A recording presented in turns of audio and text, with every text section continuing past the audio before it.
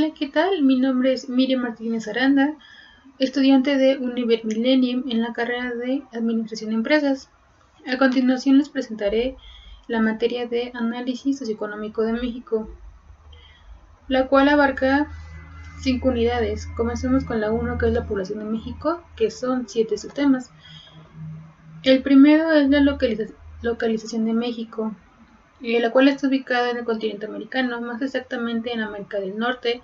Limita al norte con Estados Unidos de América, al sur y oeste con el Océano Pacífico, al este con el Golfo de México y el Mar Caribe, y al sureste con Guatemala y Belice.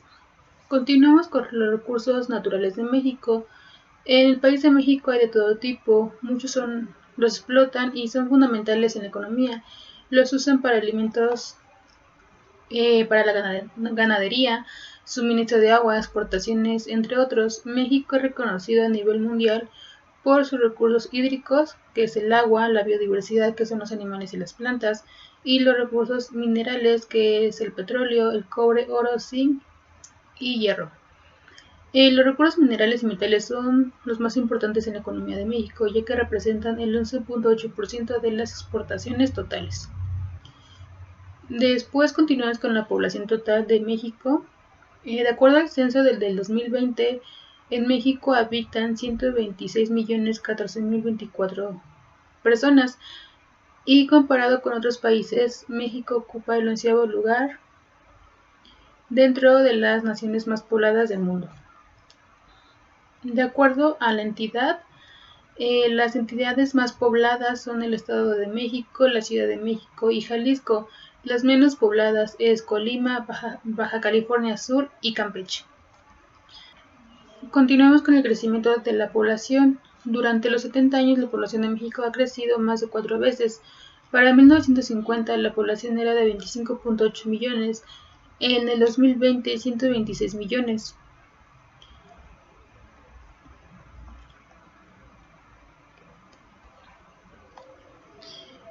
Continuemos con la estructura de prioridades de la población. Una forma gráfica de representar la población por edad y sexo es mediante la pirámide poblacional, como la que se muestra. Y aquí nos dice que de cada 100 habitantes en México, 49 son hombres y 51 mujeres. Sin embargo, hay mayor cantidad de hombres de 0 a 19 años. A partir de los 20 a 24 años, la cantidad de mujeres es mayor a la de los hombres. En la población rural y población urbana.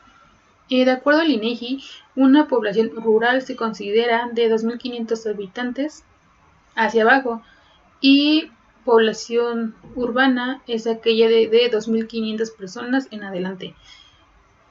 De acuerdo a las gráficas y con la población urbana, en 1950 era del 43%, en 1990 ocupaba el 71% y en el 2020 del 79%.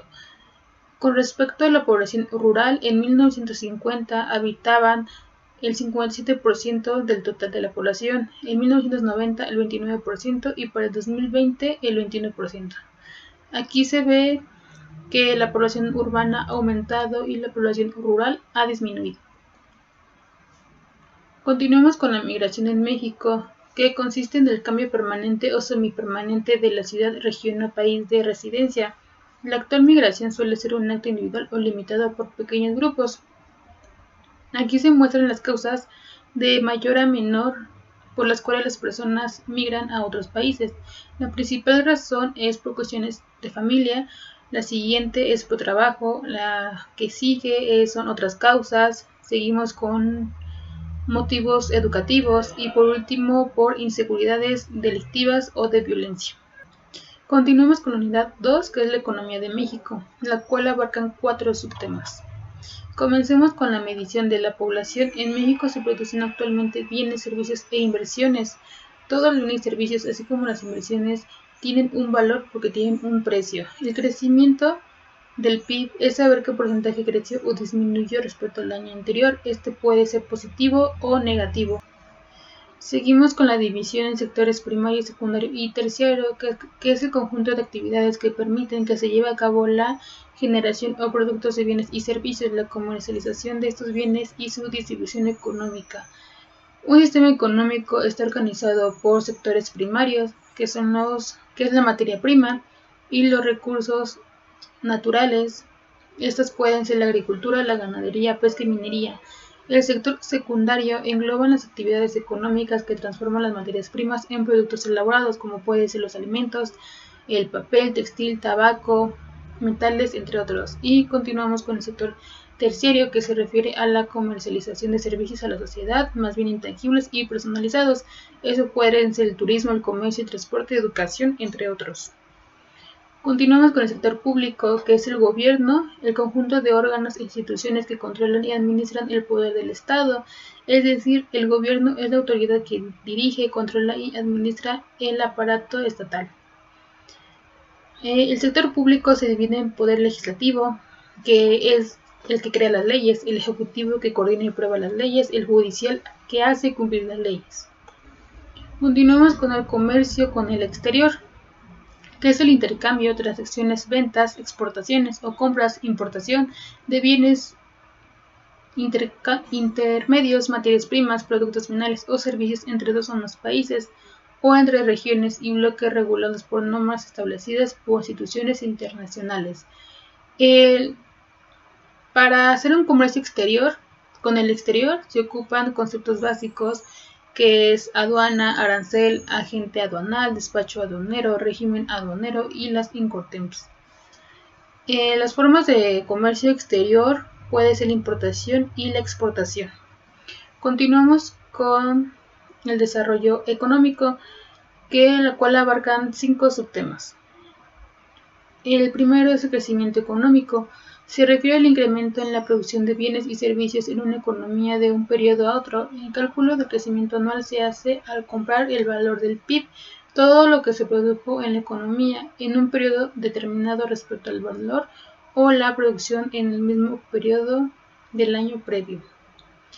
La importancia que tiene es que cuando una economía crece, el valor de bienes y servicios que sus ciudadanos pueden consumir y disfrutar aumentan.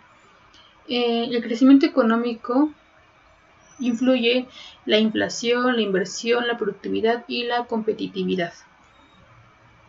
Seguimos con el desempleo, que el término de desempleo alude a la falta de trabajo. Un desempleado es aquel sujeto que forma parte de la población activa, se encuentra en edad de trabajar y que busca empleo sin conseguirlo. Esta situación se traduce en la imposibilidad de trabajar pese a la voluntad de la empresa. Los tipos de desempleo es coyuntural o cíclico, estructural, friccional, estacional. Existen otros tipos que varían en base a la edad, sexo, educación, entre otros. Continuamos con la desigualdad y la pobreza.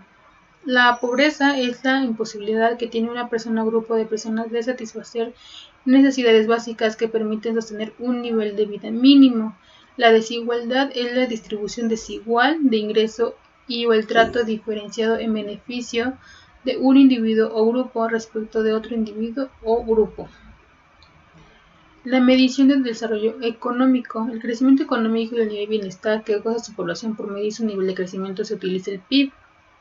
Para producir y crecer, un país tiene que contar con los recursos, que es el capital natural, capital físico, capital humano y otros factores como la productividad, estabilidad, comercio y la competencia. Los modelos de desarrollo económico. Se podría decir que desarrollo es sinónimo de bienestar económico, humano y ambiental en una localidad o nación. Sin embargo, su concepción ha variado y ha sido ajustada a lo largo de los años. Seguimos con gobierno y política económica, la cual abarcan 5 subtemas. Continuamos con la planeación y política económica de México, que es el proceso continuo que consiste en adoptar decisiones basadas en posibles riesgos que de manera sistemática y con el mayor conocimiento posible de su grato futuro busca organizar los esfuerzos necesarios para ejecutar decisiones comparándolas con las expectativas mediante la retroacción sistemática organizada. Para esto se aplicó o se hizo el Plan Nacional de Desarrollo de México de 2019 a 2024, que tiene aspectos de política y gobierno, política social y la economía. Continuamos con la política fiscal, que es una disciplina de la política económica centrada en la gestión de los recursos de un Estado y su administración. Está en manos del gobierno del país, quien controla los niveles de gasto e ingresos mediante variables como los impuestos y el gasto público para mantener un nivel de estabilidad en los países. Continuamos con la política industrial y comercial, que es el conjunto de regulaciones que determinan cómo se desarrollan las relaciones económicas entre empresas o individuos locales o agentes del extranjero. En esto se encuentran tipos como la política comercial restrictiva, que son las barreras arancelarias, y las barreras no arancelarias. La política comercial de apertura, que es el acuerdo libre de comercio y la unión aduanera. Y por último, la política comercial de una empresa. Continuamos con la política de desarrollo social, que es un tipo de política destinada a beneficiar a la población, ya sea en su conjunto a un sector determinado que experimenta un problema concreto. Los ejemplos de política social pueden ser la educación, la sanidad, la vivienda, discriminación, las drogas y la discapacidad. Y por último, la unidad 5, que es México en la economía global, la cual abarcan 4 subtemas. Comenzamos con los países desarrollados y los países en vías de desarrollo. En esta, el desarrollo de los países está en función del aprovechamiento de sus recursos naturales y los acuerdos comerciales con otros países en el mundo. La pobreza de los países se arraiga a veces en su cultura. Los países desarrollados son conocidos por ser países ricos y de primer mundo. En cambio, los que están en vías de desarrollo se les conoce como tercermundistas y siempre están buscando levantar su capital a la par de los países desarrollados. Seguimos con las instituciones económicas y financieras internacionales, que es el Banco Mundial, el Fondo Monetario Internacional y la Organización Mundial de Comercio, que son las principales organizaciones económicas internacionales. Las dos primeras, conocidas como las instituciones de Bretton Woods, se ocupan de las relaciones monetarias y financieras internacionales, mientras que la tercera fija las reglas del comercio internacional.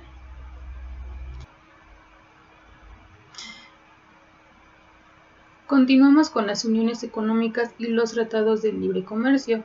Una unión económica es el tratado comercial a nivel internacional de mayor rango, debido a que supone una total armonización entre las políticas económicas de los países participantes. Y un tratado de libre comercio es un acuerdo comercial vinculante firmado por dos o más países que acuerdan una serie de preferencias arancelarias mutuas y también la reducción de barreras no arancelarias. Y por último, la crisis financiera internacional, que es cuando un país sufre una crisis económica que no tiene origen en la economía real del país, sino que está fundamentalmente asociada a problemas del sistema financiero y del sistema monetario, y pierde credibilidad, fuerza y poder. Las acciones y los elementos financieros de las empresas o de organismos bancarios pierden su valor entrando en crisis. Existe la crisis cambiaria, la crisis bancaria y la crisis de deuda externa.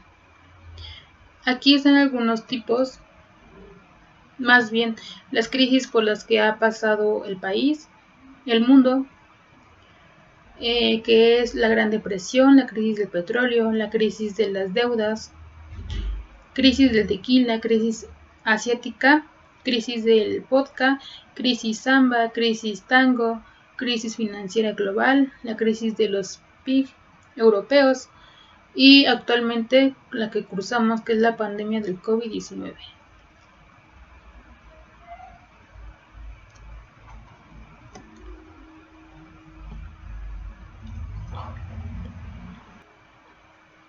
Y estos son todos los temas. Espero les haya gustado y muchas gracias.